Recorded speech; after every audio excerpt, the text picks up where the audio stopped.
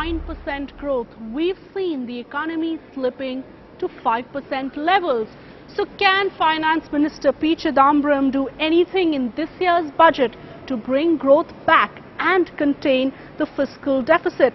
A tough task really for him as he gets ready to present the budget. Does he have a magic wand with him? Will he deliver a please all budget and also take into account some of those political considerations?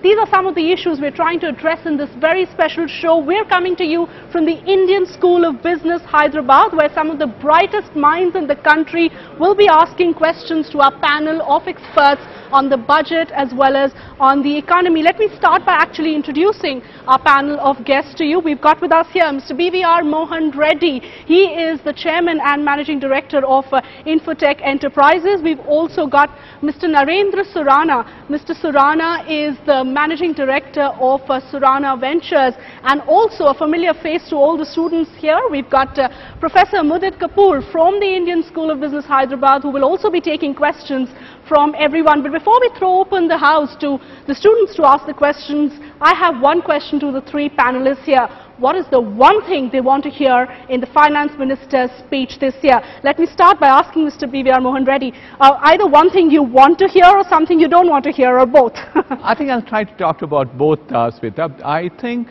the Finance Minister has an imperative need to move the economy forward. We need to see a growth budget. A growth budget to me would mean that he probably starts making sure that we start having investments in infrastructure. That's the one thing that I like to see. One thing I don't like to see is increase in taxes. Okay, that nobody likes. Nobody likes. And certainly I think that's not going to do good to the economy for sure. So therefore, if you can make sure that he gets a growth and a momentum to the economy and make sure that he does not tax many people, that I think will be a great budget for me. All right, he doesn't tax too many people. That would be a great budget. It would be a dream budget. Is it a practical one in your wish list? In the past, the governments have always tried their level best to give subsidies. For example, there's a very interesting research paper that says that agricultural credit goes up by 5% in every electoral years. There's no reason whatsoever to believe that governments have been re-elected primarily by those subsidies that have been given. In fact, if there is any result which shows, if there is any iota of evidence, it is growth that has helped governments to get re-elected. People can see that if these subsidies don't reach them, for example, the loan waiver scam that we often hear about, if they haven't reached them, there's no way people are going to vote the government in for it. So let me tell you, my fellow citizens and the honorable members of the House, no more subsidies. We are going to promote investment and growth. That's what you guys need, and that's what I'm going to give you. Well, I really doubt if you're going to hear that speech on the 28th. It's really wishful thinking, but he's set the ground clearly to tell us what should be perhaps the wish list coming from people who believe that growth is the answer and not necessarily subsidies. Mr. Surana, your thoughts? I would feel that industry and infrastructure should get similar benefits like information technology has been getting so far, and all the facilitation for clearances, necessary clearances from government should come within a fixed period of 15 days or 21 days. That is a better wish list than expecting some subsidies. All right, so those are some of the things that our guests have said, but let me now ask the bright minds here, the students, to ask the questions. Let me start with this young girl here. Go ahead. Hi, my question is, this year, they're suggesting to impose a wealth tax. And, in the past, the US has done it. In fact, now they're actually going a way further. They're making it lenient and increasing the limits. Do you think for India this is a good thing to do this year? And also, if yes, if you're in the favor, what should be the limit?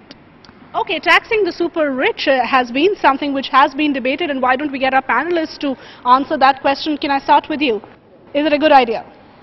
Firstly, only 2.5% of India's population pays taxes. Now, if you're going to tax the super rich, they fortunately have the flexibility of their taxable income to go into those parts which don't get taxed. That is the evidence we see across the world. The right question is, will we be able to tax the super rich? I don't think so. They will find ways to get away by paying taxes. In any case, the highest paying taxes are not from members of whether it's the Ambani families or the others. They are ordinary individuals which perhaps whom we have not even heard of, because most of the income of the super rich comes from the dividend income, which perhaps is not taxed at all. So in my opinion, this wealth tax which is being imposed, it will come back to some executives who perhaps don't have flexibility to switch their income, but on most of the super rich, I don't think it's going to have any impact whatsoever. Would you agree with that, Mr. Reddy? I completely agree with what has been said. I think, certainly if we move into that mode of taxing the estate tax that is also possibly the super rich going to be taxed Inheritance about, tax. inheritance tax, Right. is going to be a big challenge. For the simple reason that the wealth creation in this country has happened in the last 20 to 25 years. And now the succession comes in. When the succession comes in, then you're saying inheritance tax comes in, which means the founders' holdings get diluted in organizations.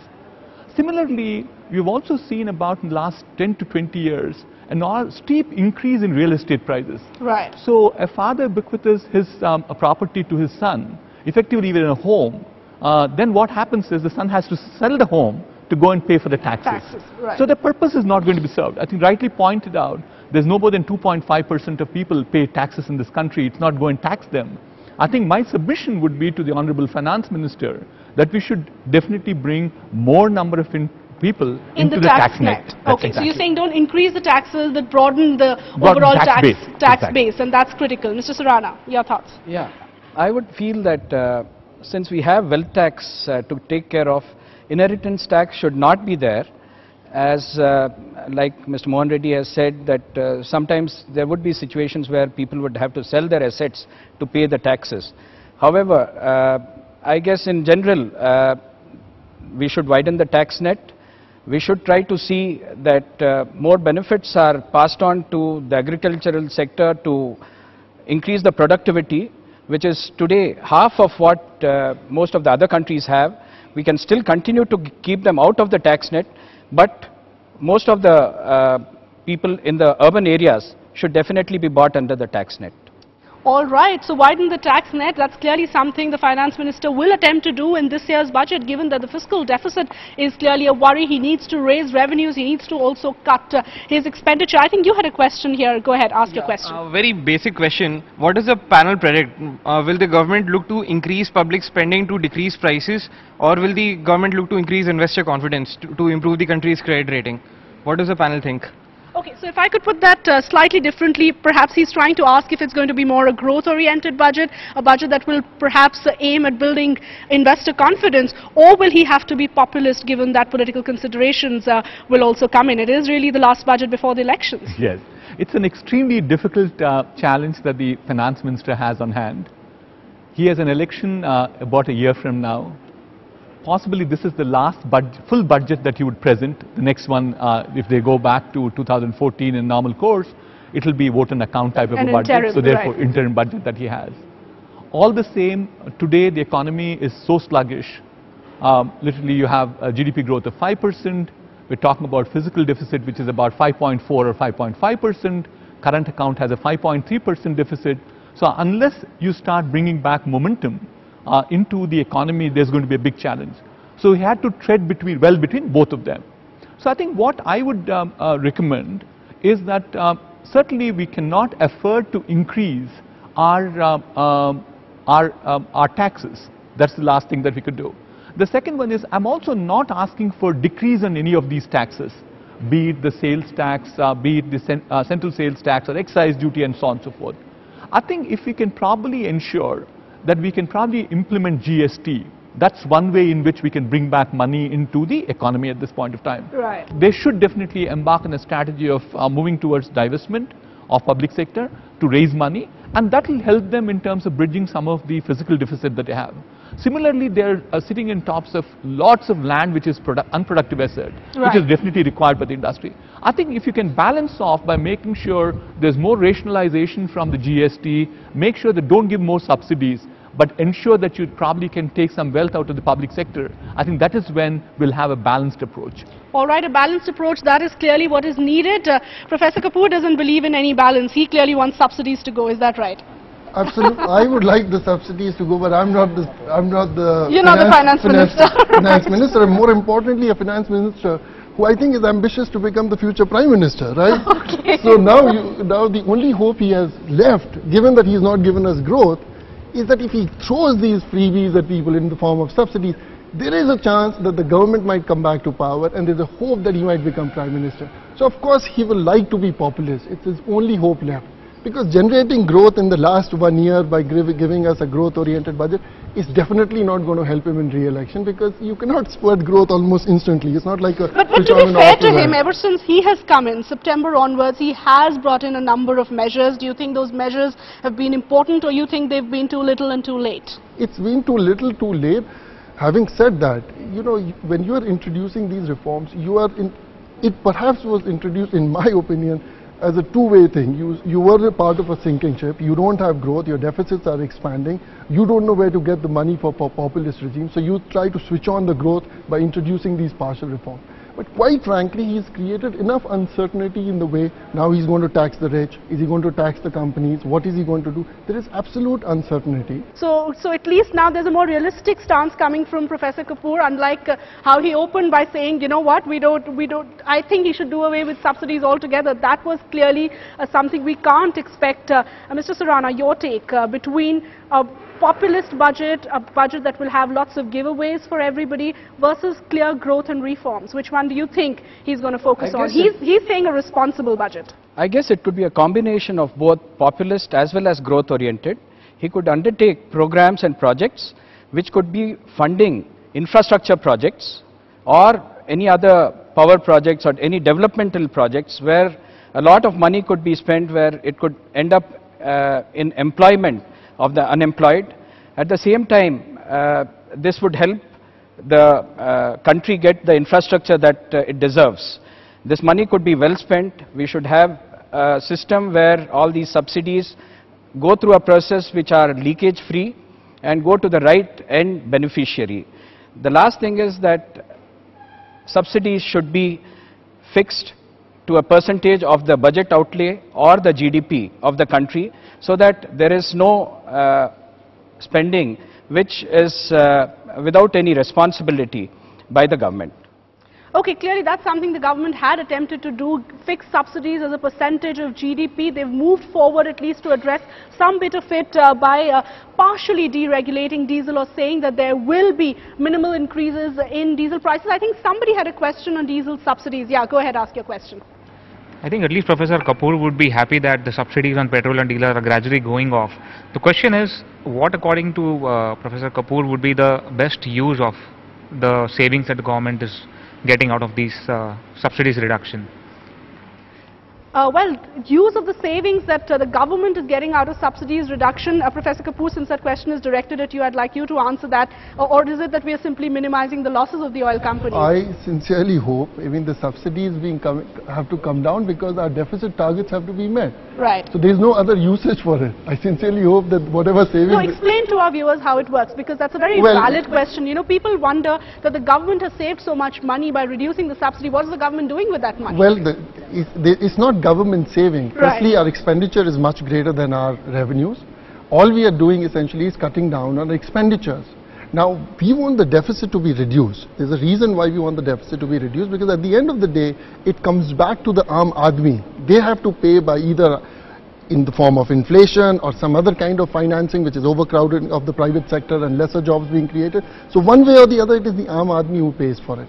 So now, having said that, what can the government do? Is simply it reduces its expenditure.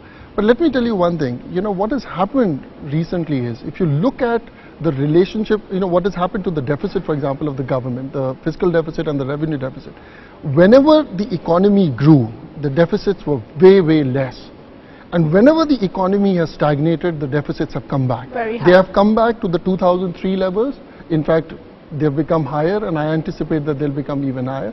So there's a very direct relationship between growth and deficit. The government needs to increase the pie to be able to increase more and more revenues. Absolutely. And that's how you reduce the deficit. All right, we're going to slip into a quick break at this point, but continue to take more questions and answers from our panelists on the other side. Don't go away.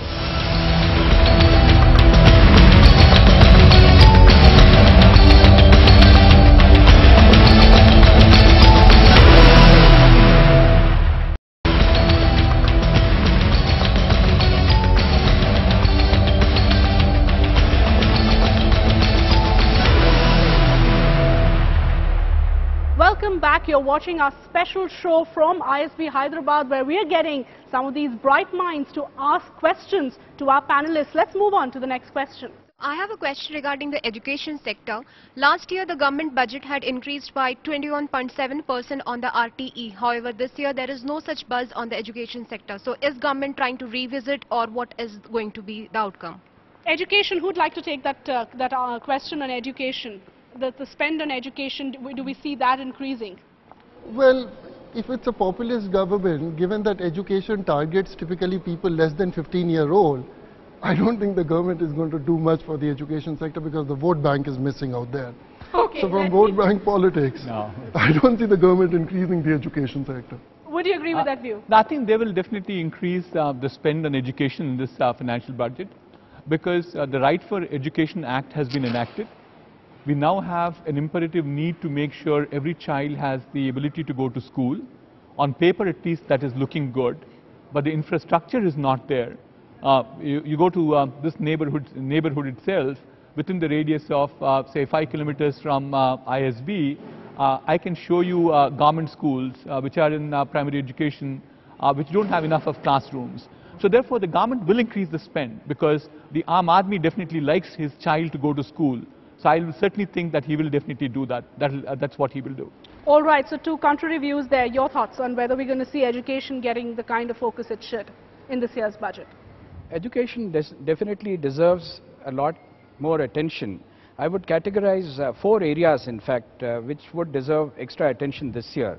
It's healthcare, education, infrastructure, and renewable energy. These are areas which would put India back on the growth track. And like the other panelists have spoken, there are hundreds and thousands of schools which we call schools, but they do not have the basic amenities or the facilities that are required to educate children for the real world. So I feel that government should have public-private partnerships where they can involve industrialists and businessmen to come in, join them, and give good quality education. A lot of corporates have come forward, and I'm sure if there are some tax SOPs attached to it, a lot more would come forward and improve the level of education that we are having in the country. All right, tax SOPs for education is something that Mr. Surana there is suggesting to ensure that we can improve the level of education in the country. Last question there. So my question was specifically related to the supply side of the economy. If we were to analyze the recent inflation, a lot of experts attribute it to the supply side in terms of logistical inefficiencies, food wastages, longer lead times, and poor trucking capacities. So do you foresee any specific capital allocation plans by the government, or for that matter entering into a PPP model with private partners to ensure that you kind of kickstart this system? Because till now it just seems as a laggard to the growth story of the country. Certainly, yes. I think it's very important that the government has to ensure the supply side improves. And a key to that supply side dynamics is also infrastructure. So we talked about interest rate reduction at one point of time. But added to the interest rate reduction, the other very important thing is easing up of the processes. And the second one is making sure we don't take retrospective steps. If those two things also happen, that is, easing of process, environmental clearances are taking so much of time. We've got so much amount of scams that go around. Everything is at standstill as far as coal is concerned. So where do you produce power? And the financial institutions, the FIIs at this point of time are scared about India because of these retrospective steps that have come in. If we can ease those two things too, I think we will definitely get into supply side easing off in this economy. All right, it's going to be a clear balancing act for the finance minister, especially in this year's budget, given that it is really the last one before the elections, and given that we've seen growth slipping to perhaps the lowest levels that we've seen in almost a decade. Will he deliver or not remains the larger question, and something we'll find out on the 28th. With that, it's a wrap here on this special show from the Indian School of Business, Hyderabad. Thanks so much for watching. Goodbye.